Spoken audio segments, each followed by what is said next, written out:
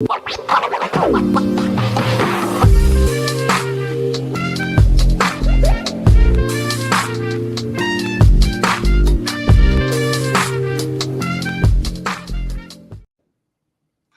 there.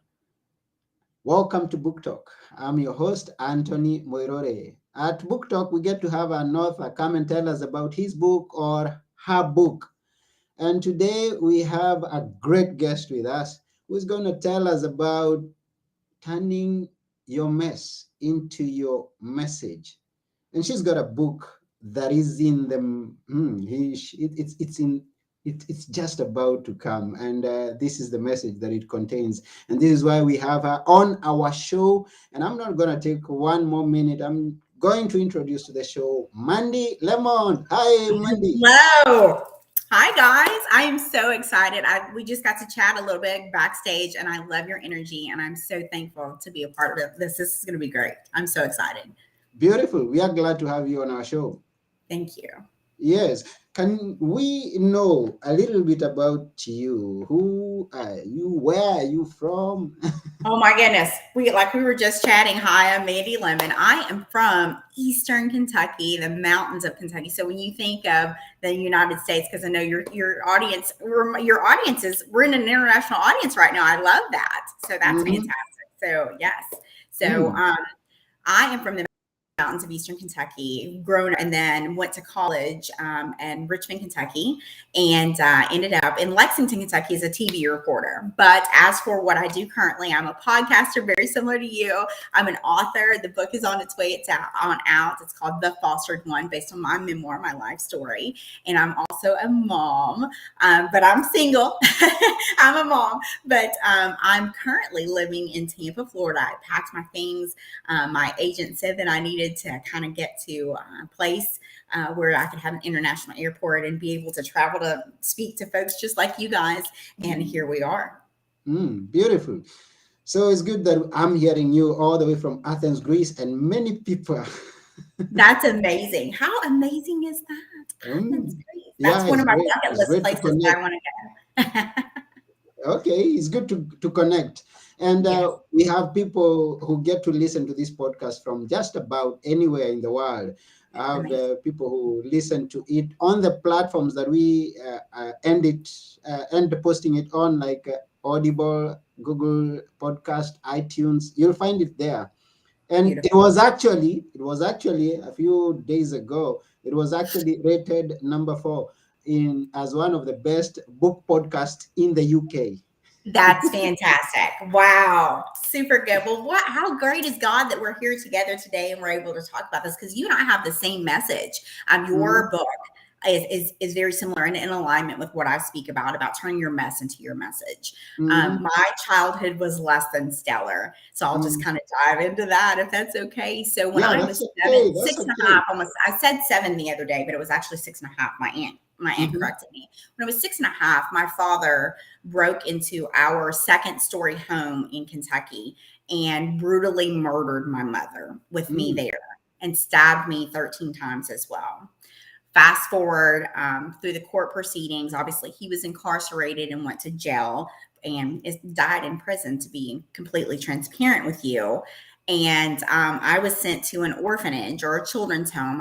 I'm an orphan, no mother, no father. So I was sent to an orphanage in Kentucky, where I was the only one who kind of looked like me, an African American. So I lived there from the time I was 7 until I was 18, 11, half, almost 12 years. And with that said, the mess there was, to be honest with you, the foster care system that I dealt with, whether I was made to eat my own puke at one point in time by a woman who said she was doing it in the name of Jesus to teach me a lesson about food. And so I've dealt with a lot. I dealt with a lot at the children's home. And then when I graduated college, I was able to get a job at a TV station in Lexington, Kentucky, where I met my ex-husband. We found out we could not have children. So we adopted a little boy from the state foster care system whose mother had also been in foster care. So I wanted to keep that. But with that said, where I thought I had the perfect life, I've got the $500,000 home, I've got the Mercedes. One night, my foster adopted son, Michael, who was high on drugs, shot in a gang-related activity, fired shots into the wrong home and blinded a 5-year-old boy.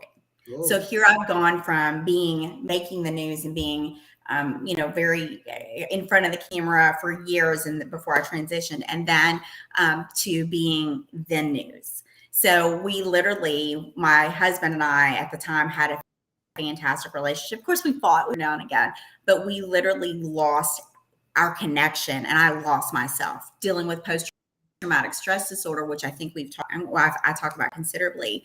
My life literally just shut down in my head. I lost my son. I knew he was going to go to jail, and he's incarcerated now.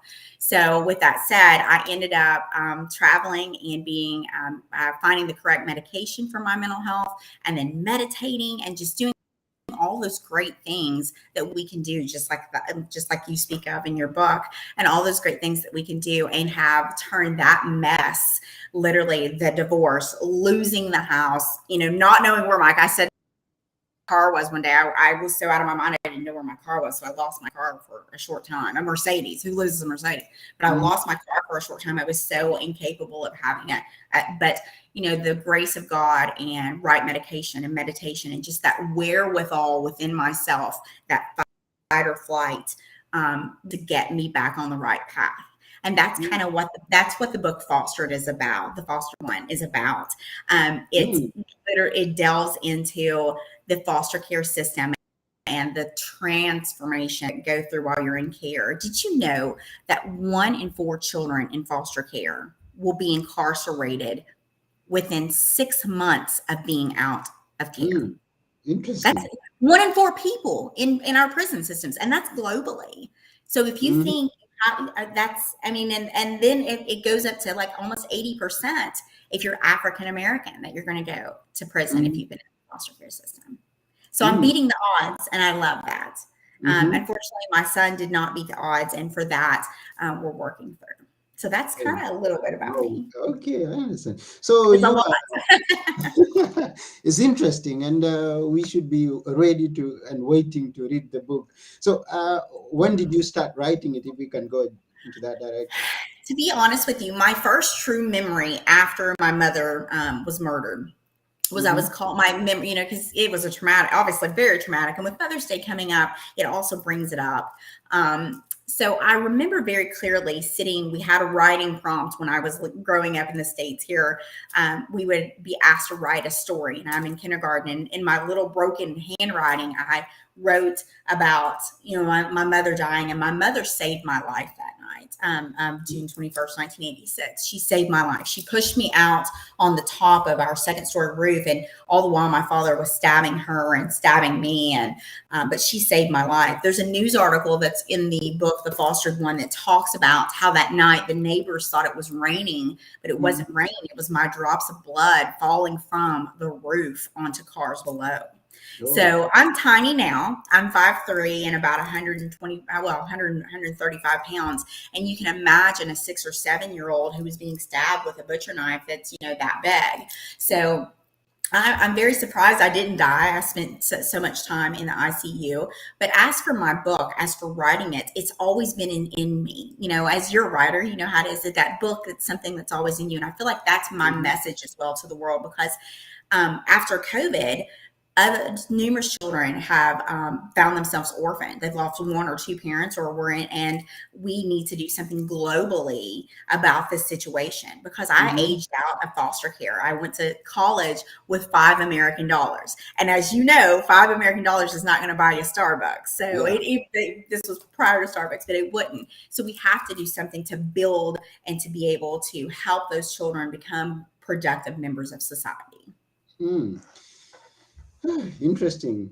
I know. It's really interesting, and your story and what you share. I mean, I can't imagine how watching your father stab your mother, getting the stabs yourself, and still living on to tell a story, coming out as and leaving to be a TV journalist. It's quite a story. To be honest with you, all the things that I've been through, I have I keep referring to God, but I believe in the Bible verse, all things work together for your good. And for Jeremiah 29:11, for God knows our plans and has plans for us. Yeah, to be honest with you, there are times that post-traumatic stress disorder is something, a smell, a sight, or something will trigger those memories of the time, even when I was with my mother. My mother had suffered from a mental illness herself, and we were homeless quite a bit when I was a little girl. I remember sleeping in the stairwell of my aunt's home. Sorry, that kind of makes me emotional sometimes when I think about that. I remember not having a place to call home, and I remember being hungry quite often as a child. And then I go to an orphanage where there's no one who looks like me, and they shave my head because they didn't know what to do with my curls. So I've had a very traumatic life to a degree, but at the same time, there were so many moments where I could see light at the end of the tunnel. And with that said, because of that, I developed a technique that I use, and I help when I speak globally or at speaking events, that is called the 5. We can do anything for 5 seconds. You can't think about it. 5 seconds, 5 fingers, we can't. We can do anything for 5 seconds. Hold your breath, take a second. You can do it. You can do it for 5 seconds. And then with that 5 seconds, what 5 grateful things can you think of in this craptastic situation that you're in? There has to, I don't want to say you're dissociating from the event, but there's always something that it's going to teach you. The lesson is going to teach you. And in my life, I hate to say this, I have to be completely transparent with you. I feel like what happened to me as a child had to happen so that I could help other folks do and overcome. And I once asked God, as I was crying one time, I said, God, why me? I literally said, screaming, I was sitting in a park, God, why me? And God literally, it's not an audible voice, says to me, if not you, then who? Would you have wished that on someone else? Yeah. Would you wish to see their mother murdered? Would you wish? So I took that. And since then, I have not questioned God about, why horrible things happened to me as a child. So I do, because I would never wish the things that have happened to me on a horrific person. I would never even. And I can imagine that. So you get to travel around. Which countries have you been? I mean, I'm curious. Which countries have you been? As for the public speaking, I've just spoken in the United States, but I'm willing to come wherever. But that's kind of where I've been so far. Just in Tampa, I've spoken in Tampa. I've spoken in Georgia. So just a couple of different places, mostly in the Southeast. But I love to travel. Have a passport. I love to travel, and I feel like my message resonates so easily these days. Because, like I said, COVID put us all in somewhat of a funk. We were at least over here, we were trapped in our homes, and the depression kind of set in for a lot of folks. And we're realizing that post-traumatic stress disorder is truly a diagnosis. And mental health, mental illness is paramount here globally. I'll say that again, globally. Yeah. Your message is needed worldwide. I mean, because there are so many people who go through the challenges of life and they don't have a clue how to come out of it. Now, and it's very important when you've been through it and come out shining, you become a message to someone else, a light at their end of their tunnel. So that's good. Thank you. Thank you. I appreciate you. I'm having one of those sad days today. I seem like I'm upbeat. Believe it, this is me sad. I'm having one of those days today, just as I said, because Mother's Day is coming up, and we had a situation in Lexington, Kentucky, where I'm from, where a mother was suffering. We do believe from a mental illness, and she ended up murdering, or allegedly murdering her own 2 children just last night. Oh. So that's the news from my hometown today. And that just, the thoughts that maybe she was not able to reach out to someone, or no one was listening, or she was giving clues. I'm a mom. I will give my kids the last dollar that I have. So there had to be acts of desperation there for her to think that she could not herself, because she knew. I mean, she didn't. You have that reality check. So. Oh, yeah, we have a lot going on, and Sad. and when we look right, left, and center, how was it going through COVID in the United States? Because we had great numbers on the screens about the United States. Right. How was it close to you? To be honest with you, the day that my ex-husband, he was heading out to a national basketball or a local basketball tournament the day that it was shut down, the U.S. shut down. And to be honest with you, it gives me cold chills talking about it, because the isolation that we all experienced for several weeks and months, where we weren't able here in the US to go to, very blessed. We don't admit that, but simply going to a restaurant and seeing that person sitting beside you makes a difference in your day, that Sure. isolation. But as for what we dealt with here, we're still dealing with, the numbers are lower. They're lower, and we've opened up. There isn't a mask mandate right now, but I can be completely honest with you. It changed really. It changed my marriage. It changed my children. My son was doing non-traditional schooling, which is where he was looking at his teachers on the computer and doing work. And for children who had to go through that was difficult. And then now, once they've gone back to school just recently, they lifted the mask mandate for schools just recently. So for children, you think about a 5-year-old trying to explain to them, you got to keep your mask up. You got to, it's to protect you when they don't know anything prior or, to that. So, how was it for you guys? Let me hear that from you. How was it from you? It was tough also here. Although our numbers were lower than your number, maybe because we took a precaution earlier on, once we started hearing our neighbors going through some time. But yes, it was all over. I mean, the issue has been all over. And when I use the past tense, I mean, it's still there, although not as significant as it was before. But the last 2 years have been tough. It was a mess. Now, getting from you the message, turning a mess into a message. Let's believe that we have a great message ahead to pass on to the coming generation from what we experienced, because it has been a mess. Yes, it was. It was good. It was a mess on all fronts, no matter what political side you were on, or whether you believe we should be wearing masks or not wearing masks. The unfolding and just the randomness of it, of how we just didn't know, okay, do I wear a mask here? Do I not wear a mask here? The scarcity of, we went to the grocery store at times and there will be scarcity of food. So just the generations that we have coming to us, who we can teach from that event, whether it's teaching you, hey, just grab a little extra something here or there, because you never know.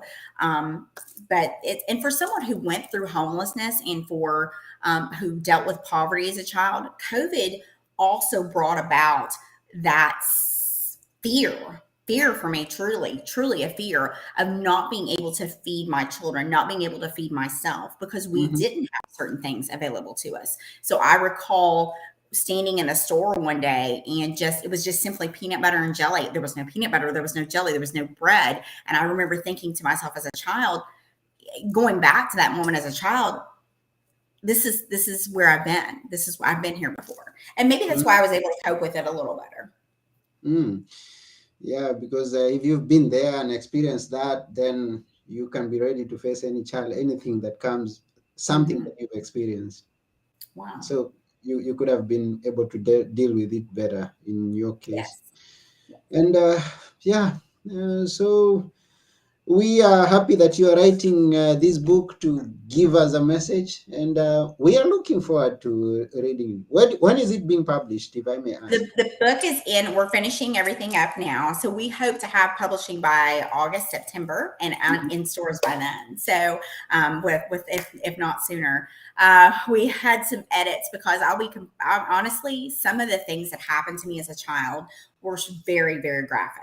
And Yeah. we don't want to turn off the masses, because I feel like this could be a book that could help other people in the future, whether it is something that we have as a foster parent guide or a textbook or something of that nature to help folks in this genre, in this world. But some of it, when I sent my editor the screen, the chapter of me eating my own puke, she happened to be eating lunch and she sent me a message. She's like, "Oh my God, that's horrible," but it happened. Or the night of the night that my mother was murdered, the graphic details of that event alone. But I feel like I can't leave it out. It's my story. It's my truth. I can't leave out, unfortunately, being raped by my father that night. I mean, he was high on drugs. I can't leave that out. Yeah. Okay. Oh, we'll be waiting to hear about it, and I hope that you're going to come back on the podcast, and we are. I will. I sound like I just got another invitation. Yeah. So I think we could sum up. Do you have something that you would like to tell the viewers? Because at Book Talk, we always ask someone to leave us with a few words to always remember. My takeaway in life is truly your mess is someone's message, whether it is the mother who has a child who's incarcerated like mine, and I'm looking at the path of how simply to navigate the prison system so that I can communicate with him, or an abused wife. I was never abused. Let me make that very clear. An abused wife who is looking to get out and start over as a divorcee. I'm now a divorcee. I know how to do that. So, the mess that you have is your gift to the universe. And you would think it would be the other way around. What you are going through is not for naught.